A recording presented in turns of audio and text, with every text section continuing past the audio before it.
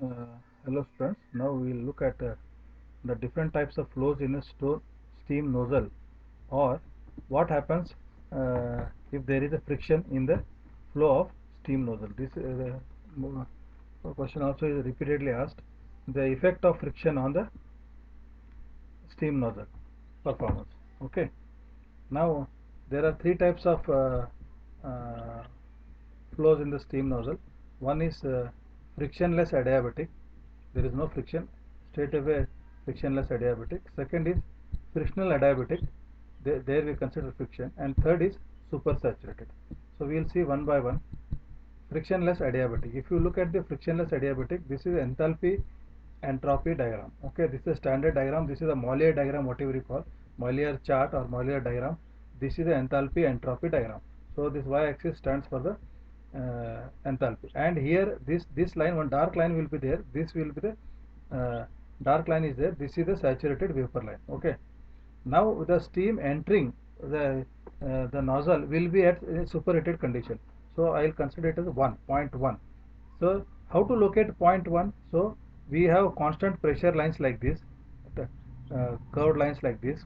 So this is here the pressures are written on the saturated vapor line. Here the pressures are written. So we will extend. This is the constant pressure line, and then this is the temperature lines, constant temperature line. So wherever this constant given for the given inlet pressure and the given temperature, wherever they intersect, this is the point 1.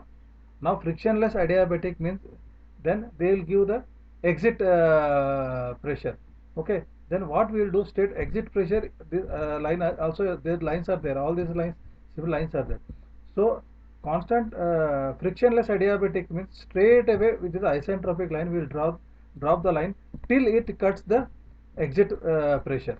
So this 1 to 2 drop is known as frictionless adiabatic. Okay, this is a very ideal situation for a steam nozzle.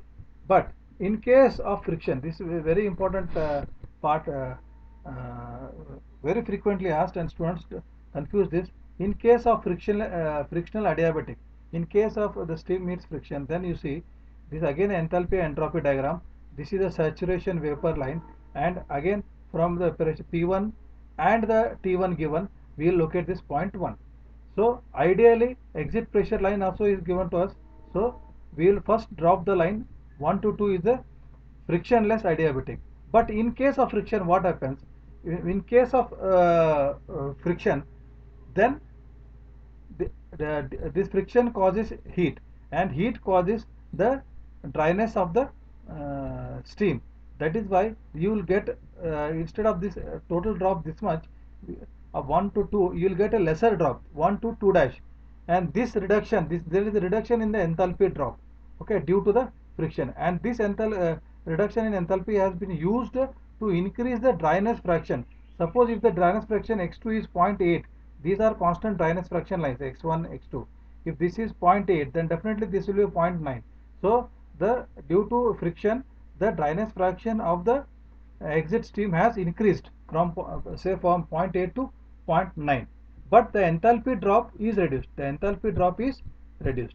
Okay, and the third is, so in the frictionless, no friction assumed, poor adiabatic expansion. Okay, then frictional adiabatic, here you have seen friction resistance flow increases the heat, and steam heat increases the dryness fraction. Then comes a supersaturated flow. In a converging diverging nozzle, it occurs in the divergent portion. When exit divergent portion, steam is passed through the nozzle, the velocity increases. Here we are seeing it goes to supersonic speeds. Further expansion in divergent portion takes place very rapidly. Steam does not have time to condense. It remains in dry or superheated state. This type of flow is known as supersaturated flow or metastable flow. So in supersaturated flow, which happens in the divergent portion, like the exit after the throat to the exit, here steam does not have time to condense. It remains in dry and superheated state, and thus this flow is known as superheated, supersaturated or metastable flow. What happens? The main effects are the enthalpy and specific volume of the steam increases,